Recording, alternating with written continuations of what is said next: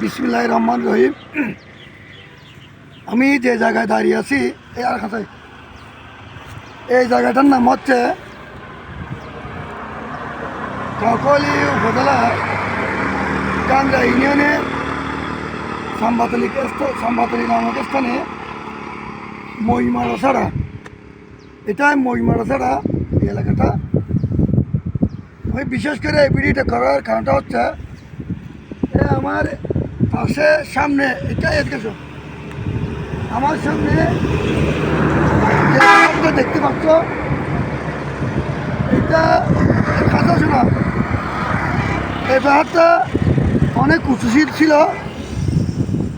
17 সালে যে একটা বন্যা হয়েছিল, অর্থাৎ 17 সালে বন্যার সাথে ভূমিকম্প হয়েছিল।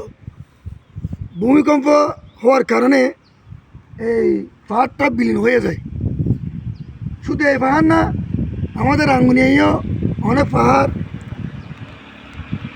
ধসে পড়েছিল এবং 17 থেকে 20 জন মানুষ মারা গিয়েছিল পাহাড়ে। আর আমার ওই পাশে অর্থাৎ বরিশাল রোডে দেবাতী নামক একটা পাহাড় আছে। ওই পাহাড়টা নামার পর একটা তঞ্জঙ্গা পাড়া, অর্থাৎ তঞ্জঙ্গা জাতিগোষ্ঠীর একটা মহল্লা ছিল। ওই মহল্লাটাও বিলীন হয়েছিল। তো এই পাহাড়ে আমার মনে হয় স্থানীয় বাজার ধরে 10 থেকে 15 লক্ষ টাকার গাছ ছিল। সব গাছ এই পাহাড়ের মাটির নিচে এখনও পড়ে আছে, অর্থাৎ মাটির নিচেই সব গাছগুলো এখনও আছে। আমি আপনাদেরকে এই জিনিসটা দেখাচ্ছি। মানে পাহাড় ধসলে গাছগাছালি পর্যন্ত থাকে না।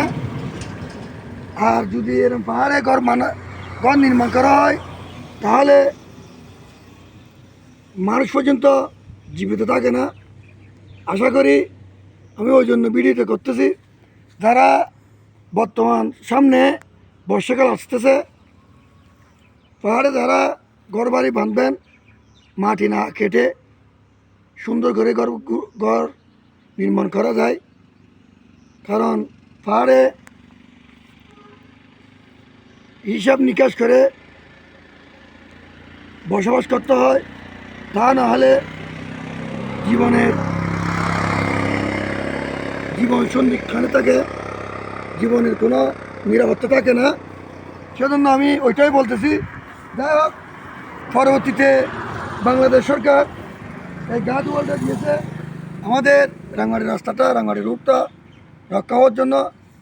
যাক, আমি আপনাদেরকে বোঝাতে পারলাম কি না জানি না।